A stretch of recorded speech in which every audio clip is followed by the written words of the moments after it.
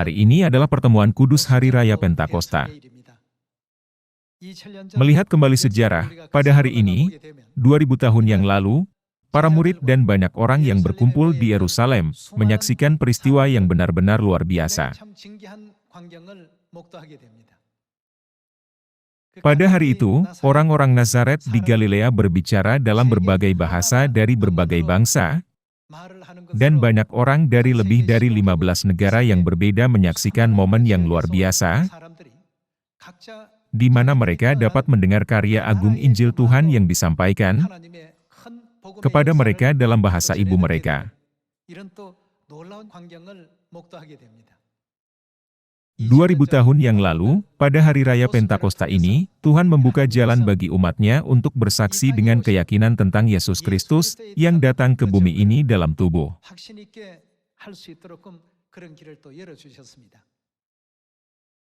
Hari ini, marilah kita mempelajari firman Tuhan bersama dengan khotbah berjudul, Para Pekerja Perjanjian Baru dari Roh dan Pengantin Perempuan. Semuanya, apa yang kita sebut botol yang tidak berisi apa-apa? Kita menyebutnya botol kosong.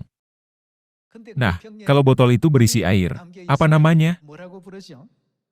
Itu menjadi botol air.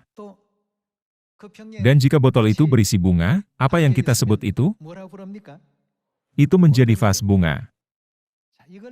Mohon luangkan waktu sejenak untuk memikirkan hal ini.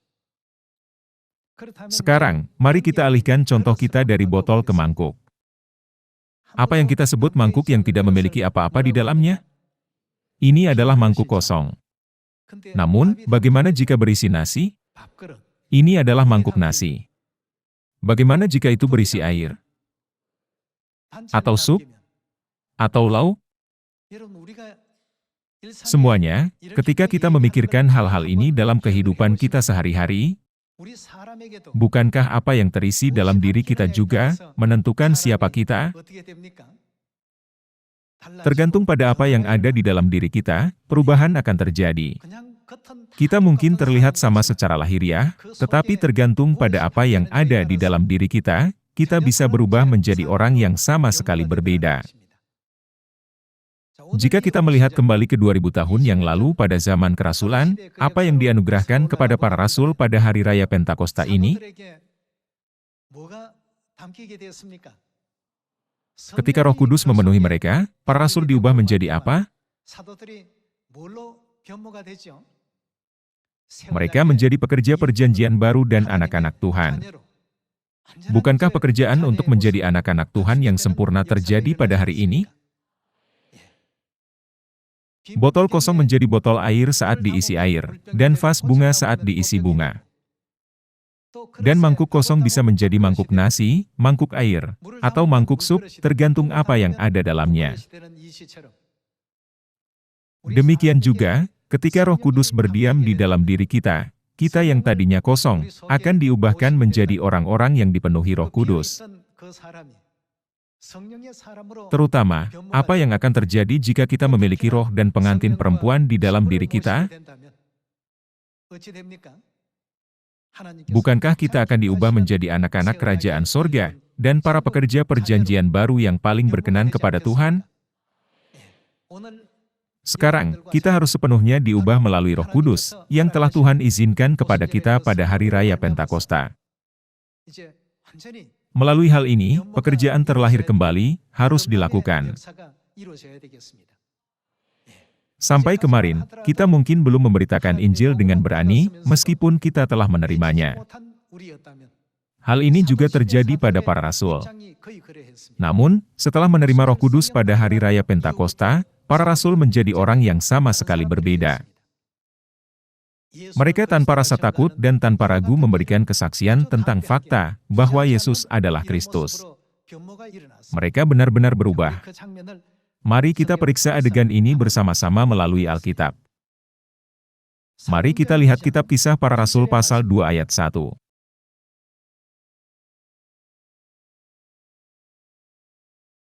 Ketika tiba hari Pentakosta, semua orang percaya berkumpul di satu tempat. Ketika kita membaca pasal 1, kita dapat melihat adegan di mana mereka rajin berdoa. Mari kita lihat pasal 1 ayat 15.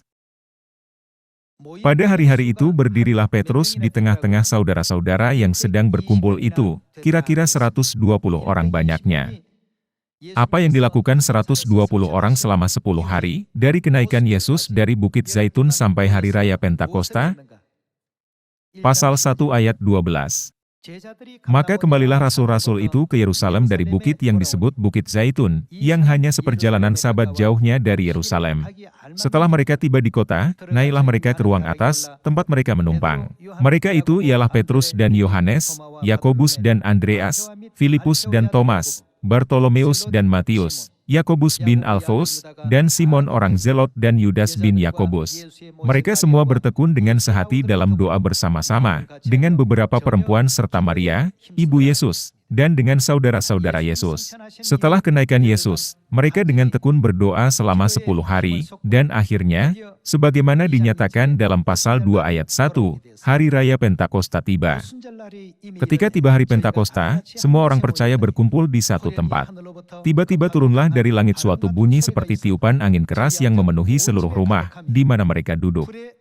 Dan tampaklah kepada mereka lidah-lidah seperti nyala api yang bertebaran dan hinggap pada mereka masing-masing.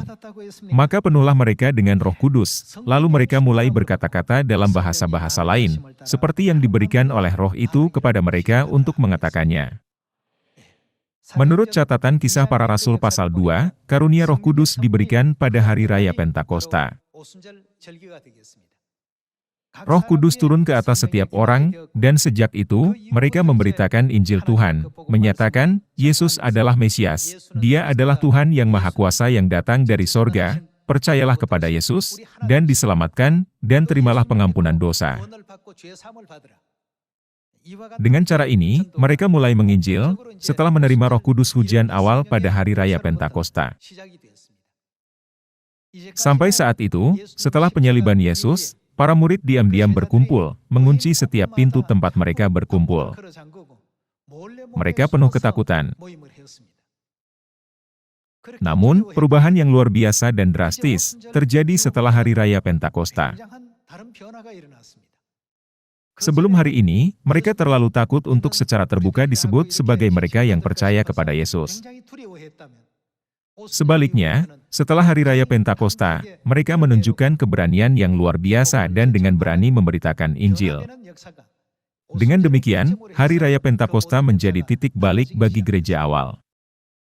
Sampai saat itu, para murid belum memiliki keberanian seperti itu. Mereka merasa takut. Setelah Yesus disalibkan dan mati, apa yang dilakukan semua muridnya, bahkan setelah kebangkitannya, mereka mengunci pintu karena takut. Bukankah tercatat dalam Alkitab, bahwa Yesus tiba-tiba datang dan berdiri di antara mereka? Hari ke-50 setelah Hari Raya Kebangkitan adalah Hari Raya Pentakosta. Dalam waktu kurang dari 2 bulan, mereka berubah menjadi orang yang sama sekali berbeda. Sama seperti botol kosong menjadi botol air ketika diisi dengan air. Atau vas bunga ketika diisi dengan bunga, ketika diisi dengan Roh Kudus. Semuanya berubah secara dramatis, mereka menjadi sangat berani. Yesus adalah Mesias dan Juru Selamat kita. Dia adalah Kristus. Mereka tidak ragu, takut, atau mengabaikan untuk bersaksi dan memberitakan Yesus. Mereka bersaksi kepada semua orang, bahwa merekalah yang percaya kepada Yesus sebagai Kristus. Mereka dengan rajin dan sungguh-sungguh memegahkan tentang Kristus. Semua upaya mereka dicatat dalam beberapa adegan di seluruh kitab Kisah Para Rasul. Hasilnya, keajaiban yang menakjubkan terjadi, 3.000 bahkan 5.000 orang datang untuk percaya kepada Yesus hanya dalam 1 hari. Mari kita periksa bersama bagaimana mereka berubah, setelah menerima Roh Kudus dengan membuka Kisah Para Rasul pasal 2 ayat 5. Waktu itu di Yerusalem diam orang-orang Yahudi yang saleh dari segala bangsa di bawah kolong langit. Ketika turun bunyi itu, berkerumunlah orang banyak. Mereka bingung karena mereka masing-masing mendengar rasul-rasul itu berkata-kata dalam bahasa mereka sendiri. Mereka semua tercengang-cengang dan heran, lalu berkata, "Bukankah mereka semua yang berkata-kata itu orang Galilea?" Maksudnya adalah bahwa orang-orang dari daerah seperti Galilea tidak akan pernah mampu berbicara dalam 15 bahasa asing atau lebih. Namun, setelah menerima Roh Kudus dari Tuhan, para nelayan ini tidak lagi hanya menjadi nelayan, status mereka berubah. Mereka menjadi anak Tuhan, pekerja perjanjian baru, anak perjanjian baru, dan saksi Yesus Kristus. Nama mereka tidak lagi dikaitkan dengan botol kosong atau botol air. Sebaliknya, mereka berubah menjadi vas indah berisi bunga-bunga Roh Kudus yang bersinar. Sebagai hasilnya, karya Injil Tuhan yang menakjubkan terjadi. Mari kita lanjutkan dengan firman di ayat 30. Petrus berdiri lebih dulu dan mengangkat suaranya untuk berbicara kepada orang banyak. Ayat 30. Tetapi ia adalah seorang nabi dan ia tahu bahwa Allah telah berjanji kepadanya dengan mengangkat sumpah bahwa ia akan mendudukkan seorang dari keturunan Daud sendiri di atas tahtanya. Karena itu ia telah melihat ke depan dan telah berbicara tentang kebangkitan Mesias, ketika ia mengatakan bahwa dia tidak ditinggalkan di dalam dunia orang mati dan bahwa dagingnya tidak mengalami kebinasaan. Yesus inilah yang dibangkitkan Allah, dan tentang hal itu kami semua adalah saksi. Sampai saat itu, mereka bersembunyi di dalam ruangan karena ketakutan, tetapi 50 hari setelah kebangkitan, perubahan yang menakjubkan ini terjadi. Mereka dengan berani dan percaya diri menekankan kepada orang banyak yang berkumpul di Yerusalem, Yesus adalah Kristus. Mari kita beralih ke ayat 37. Mari kita lihat ayat 37. Ketika mereka mendengar hal itu, hati mereka sangat terharu, lalu mereka bertanya kepada Petrus dan rasul-rasul yang lain, "Apakah yang harus kami perbuat, saudara-saudara?" Jawab Petrus kepada mereka, "Bertobatlah dan hendaklah kamu masing-masing memberi dirimu dibaptis dalam nama Yesus Kristus untuk pengampunan dosamu, maka kamu akan menerima karunia Roh Kudus." Hanya 50 hari yang lalu, yaitu sekitar 2 bulan yang lalu, mereka sangat ketakutan, berpikir, "Jika saya berani menyebut nama Yesus, tidakkah saya akan diserang atau diejek oleh orang Yahudi di sekitar saya?" Namun, apa yang mereka katakan dengan berani? Bertobatlah dan dibaptislah dalam nama Yesus Kristus. Juga, apa yang mereka beritakan dalam Kisah Para Rasul pasal 4? Mereka dengan berani bersaksi, keselamatan tidak ada di dalam siapapun selain di dalam Dia, sebab tidak ada nama lain yang diberikan kepada manusia yang olehnya kita dapat diselamatkan. Sebelumnya, mereka seperti botol kosong. Namun, Tuhan memenuhi mereka dengan Roh Kudus. Hanya Roh Kudus yang menghasilkan pekerjaan yang begitu kuat. Di zaman Bapa, Roh Kudus yang disebut Yehova dituangkan ke dalam botol kosong, dan di zaman Anak, Roh Kudus yang disebut Yesus dikaruniakan. Hari ini, di zaman Roh Kudus, nama baru, Kristus Ansanghong, dan Ibu Sorgawi Yerusalem baru, telah melimpahkan Roh Kudus ke atas anak-anak sorgawi. Oleh karena itu, kita sekarang memiliki misi. Di zaman Bapa, para nabi menyatakan nama Yehova. Di zaman Anak, mereka memberitakan nama Yesus Kristus. Kemudian, di zaman Roh Kudus, kita harus memberitakan nama baru Kristus Ansanghong dan Ibu Sorgawi Yerusalem baru, di Samaria dan sampai ke ujung bumi. Roh Kudus yang kita terima pada hari raya Pentakosta ini telah diberikan Tuhan, untuk memenuhi peran yang tepat ini. 2000 tahun yang lalu, dalam peristiwa yang terjadi di Yudea, murid-murid Yesus begitu takut kepada orang Yahudi, dan bahkan takut untuk mengungkapkan nama Yesus. Bahkan Petrus, yang memiliki iman yang kuat, menyangkal Yesus ketika berhadapan dengan seorang hamba perempuan. "Bukankah kamu orang Galilea juga? Saya melihat engkau bersama Yesus." Petrus menjawab, "Apa yang engkau maksud? Aku sama sekali tidak kenal orang itu." Berapa kali dia menyangkal dia? Dia menyangkal Yesus 3 kali. Jika seseorang menyatakan, "Aku tahu Yesus, aku dekat dengan Yesus," atau "aku memiliki hubungan yang kuat dengan Yesus," mereka akan diperlakukan seperti orang yang mengerikan dalam masyarakat Yahudi, sehingga para murid sangat takut. Namun, mulai saat ini, mereka memberitakan Yesus dengan berani dan percaya diri di depan banyak orang. Setelah mereka melakukannya, berapa banyak orang yang dibaptis hanya dalam satu hari? Mari kita lihat ayat 40. Dan dengan banyak perkataan lain lagi ia memberi suatu kesaksian yang sungguh-sungguh dan ia mengecam dan menasihati mereka, katanya, berilah dirimu diselamatkan dari angkatan yang jahat ini. Orang-orang yang menerima perkataannya itu memberi diri dibaptis dan pada hari itu jumlah mereka, berapa banyak mereka? Bertambah kira-kira 3.000 jiwa. Sejak saat itu, semua tindakan para rasul, diberdayakan oleh Roh Kudus hujan musim awal pada hari raya Pentakosta. Mari kita lanjutkan dengan ayat 43. Maka ketakutanlah mereka semua, sedang rasul-rasul itu mengadakan banyak mujizat dan tanda. Dan semua orang yang telah menjadi percaya tetap bersatu, dan segala kepunyaan mereka adalah kepunyaan bersama. Dan selalu ada dari mereka yang menjual harta miliknya, lalu membagi-bagikannya kepada semua orang sesuai dengan keperluan masing-masing. Dengan bertekun dan dengan sehati mereka berkumpul tiap-tiap hari dalam bait Allah. Mereka memecahkan roti di rumah masing-masing secara bergilir dan makan bersama-sama dengan gembira dan dengan tulus hati, sambil memuji Allah. Dan mereka disukai semua orang. Dan tiap-tiap hari Tuhan menambah jumlah mereka dengan orang yang diselamatkan. Dengan demikian, 120 orang menerima Roh Kudus hujan musim awal pada hari raya Pentakosta. Pada hari itu, 3.000 orang bertobat dan menerima keselamatan, dan setelah peristiwa yang menakjubkan ini, setiap hari, banyak orang yang bertobat, dibaptis, dan kembali pada kasih karunia Tuhan yang kudus. Sejarah yang begitu mencengangkan terjadi terus-menerus. Dari sudut pandang manusia, sepertinya jika mereka memberitakan Yesus yang disalibkan, orang-orang akan menolaknya, dan berkata, engkau juga percaya pada agama yang begitu aneh. Namun, di luar dugaan, sebanyak 3.000 orang bertobat dan dibaptis. Mari kita beralih ke kitab Kisah Para Rasul pasal 6. Pasal 6 ayat 1. Pada masa itu, ketika jumlah murid makin bertambah, karena Tuhan memberi mereka berkat setiap hari, jumlahnya pasti akan meningkat. Mari kita beralih ke ayat 7.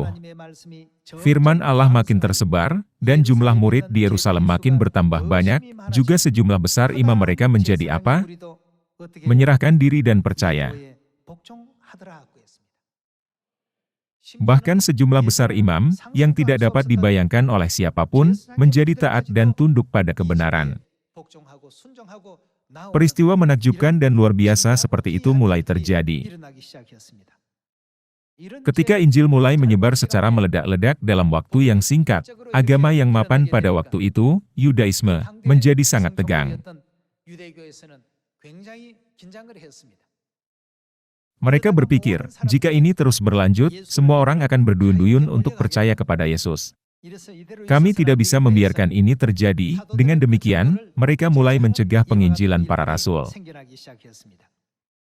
Mari kita lihat pasal 4 ayat 17.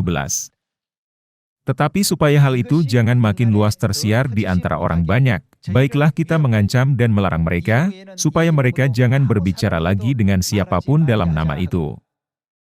Ketika para rasul memberitakan, bertobatlah dan berilah dirimu dibaptis dan terimalah pengampunan dosa dalam nama Yesus Kristus, banyak orang yang mengikuti untuk menerima keselamatan. Hal ini menyebabkan rasa krisis yang besar di antara masyarakat Yahudi. Karena itu, mereka memperingatkan dan mengancam mereka, supaya hal itu jangan makin luas tersiar di antara orang banyak. Mereka melakukan yang terbaik untuk menghalangi penyebaran Injil. Supaya mereka jangan berbicara lagi dengan siapapun dalam nama itu. Dan setelah keduanya disuruh masuk, mereka diperintahkan, supaya sama sekali jangan berbicara atau mengajar lagi dalam nama Yesus. Tetapi Petrus dan Yohanes menjawab mereka, silakan kamu putuskan sendiri manakah yang benar di hadapan Allah, taat kepada kamu atau taat kepada Allah. Sebab tidak mungkin bagi kami untuk tidak berkata-kata tentang apa yang telah kami lihat dan yang telah kami dengar. Sebelumnya, setelah menyaksikan Yesus ditangkap, mereka berkata, aku tidak mengenal Yesus. Namun, bibir mereka yang dulu menyangkalnya, sekarang bersaksi tentang Dia dengan iman yang berani. Saudara-saudari, kita harus berani. Kita memperoleh keberanian melalui Roh Kudus. Siapakah juru selamat di zaman Roh Kudus ini? Kita semua harus dengan berani bersaksi tentang nama baru, Kristus Ansanghong, dan Ibu Surgawi Yerusalem baru. Untuk alasan ini, menurut Mazmur, apa yang harus kita lakukan untuk mengungkapkan iman kita kepada Tuhan? Jadilah orang yang membanggakan Tuhan. Hati kita sebelumnya kosong, tetapi Tuhan mengisinya dengan Roh Kudus, sehingga kita dapat bermegah tentang Dia. Inilah yang sedang Tuhan lakukan. Di zaman Bapa, mereka yang digerakkan oleh Roh Kudus bermegah tentang Tuhan Yehova. Di zaman Anak, mereka yang digerakkan oleh Roh Kudus bermegah tentang Yesus Kristus. Lalu, bagaimana dengan di zaman Roh Kudus? Di zaman ini, mereka yang digerakkan oleh Roh Kudus harus membanggakan Bapa Sorgawi, Kristus Ansanghong dan Ibu Sorgawi Yerusalem baru, yang adalah roh dan pengantin perempuan. Tergantung pada apa yang ada di dalam botol, fenomena dan namanya berbeda-beda. Bukankah kita anak-anak Tuhan yang akan mewarisi kerajaan sorga? Tuhan telah menyatakan bahwa Dia telah memeteraikan kita sebagai anak-anak-Nya. Jika mereka yang menerima Roh Kudus Tuhan hari ini, tidak menggunakannya tetapi hanya menyimpannya untuk dirinya sendiri, Roh Kudus tidak akan memenuhi tujuannya. Kita harus secara aktif menggunakan Roh Kudus. Ketika Petrus menerima Roh Kudus dan segera memakainya, bukankah sebuah peristiwa fenomenal terjadi, di mana 3.000 jiwa bertobat dan diselamatkan? Mari kita lanjutkan dengan melihat Mazmur pasal 20 bersama-sama, yang mengajarkan kita untuk bermegah tentang Tuhan kita. Mari kita lihat kitab Mazmur pasal 20 ayat 7. Pasal 20 ayat 8. Orang ini memegahkan kereta dan orang itu memegahkan kuda. Tetapi bagaimana dengan kita? Kita bermegah dalam nama Tuhan, Allah kita. Orang-orang memegahkan kereta, kuda, kekayaan, atau pengetahuan mereka. Di dunia ini, ada berbagai hal yang dibanggakan orang, ada yang membanggakan anaknya, ada yang membanggakan pasangannya, dan ada juga yang membanggakan berbagai pencapaian lainnya. Namun, bagi mereka yang menerima Roh Kudus Tuhan, mereka pasti akan bermegah tentang Tuhan. Orang ini memegahkan kereta dan orang itu memegahkan kuda, tetapi kita bermegah dalam nama Tuhan, Allah kita. Mari kita beralih ke Mazmur 34. Mazmur pasal 34. Mari kita lihat ayat 3. Karena Tuhan, apa yang akan jiwaku lakukan? Jiwaku bermegah, biarlah orang-orang yang rendah hati mendengarnya dan bersukacita. Meskipun kita mungkin tidak menyadarinya, ada banyak jiwa bermasalah di dunia ini.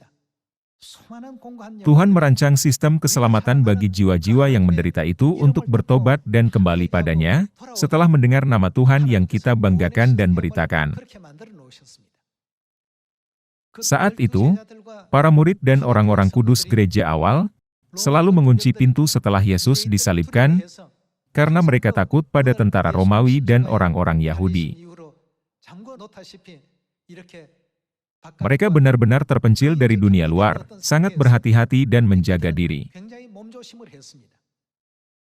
Namun, mereka menyaksikan Yesus Kristus bangkit dari kematian pada hari ketiga, dan naik dari Bukit Zaitun setelah 40 hari.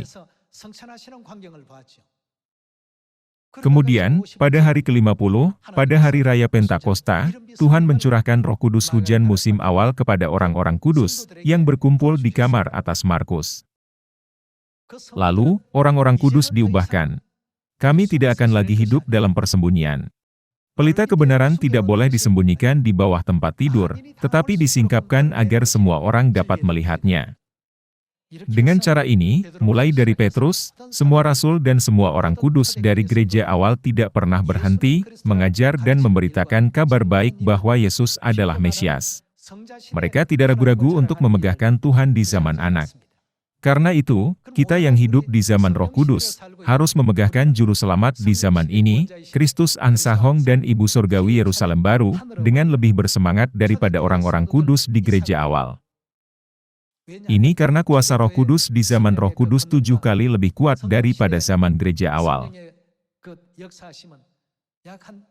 Karena Tuhan berjanji untuk menganugerahkan kepada kita Roh Kudus yang 7 kali lebih kuat, kita harus memancarkan cahaya kebenaran yang 7 kali lebih kuat daripada orang-orang kudus gereja awal. Mari kita lihat pasal 34 ayat 3. Karena Tuhan jiwaku bermegah, biarlah orang-orang yang rendah hati mendengarnya dan bersukacita. Muliakanlah Tuhan bersama-sama dengan aku, marilah kita bersama-sama memasyurkan nama-Nya. Inilah yang harus kita lakukan sekarang. Mari kita beralih ke kitab Yeremia pasal 9.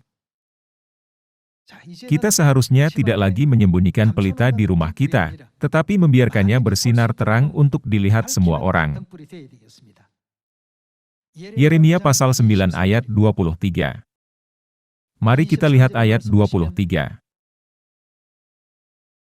Beginilah firman Tuhan, janganlah orang bijaksana bermegah karena kebijaksanaannya, janganlah orang kuat bermegah karena kekuatannya, janganlah orang kaya bermegah karena kekayaannya, tetapi siapa yang mau bermegah, baiklah bermegah karena yang berikut. Bahwa ia memahami dan mengenal aku, bahwa akulah Tuhan yang menunjukkan kasih setia, keadilan dan kebenaran di bumi, sungguh, semuanya itu kusukai, demikianlah firman Tuhan. Di sini, apakah Tuhan menyuruh kita untuk bermegah tentang hikmat kita? Apakah Dia menyuruh orang kuat untuk bermegah karena kekuatannya, atau orang kaya untuk bermegah karena kekayaannya? Tuhan berkata, siapa yang mau bermegah, baiklah bermegah karena yang berikut. Hari ini, semua anggota keluarga Sion mengisi botol kosong dengan Roh Kudus. Lalu, siapa yang harus kita banggakan? Mari kita membanggakan Tuhan. Dengan melakukan itu, banyak jiwa yang menderita di seluruh dunia dapat dihidupkan kembali, dan kita dapat membawa sukacita, harapan, dan masa depan yang cerah bagi mereka. Ini adalah cara agar kita dapat membiarkan semua orang yang hidup di zaman gelap dan sulit datang kepada Kristus Ansanghong dan Ibu Surgawi Yerusalem Baru, yang telah datang ke bumi ini sebagai terang sejati. Hanya dengan ini kita semua dapat bersama-sama menerima berkat keselamatan dan kembali ke rumah surgawi yang kekal. Meminta semua anggota keluarga Sion untuk memimpin mereka dalam perjalanan ini, saya hendak menutup khotbah hari ini. Terima kasih banyak.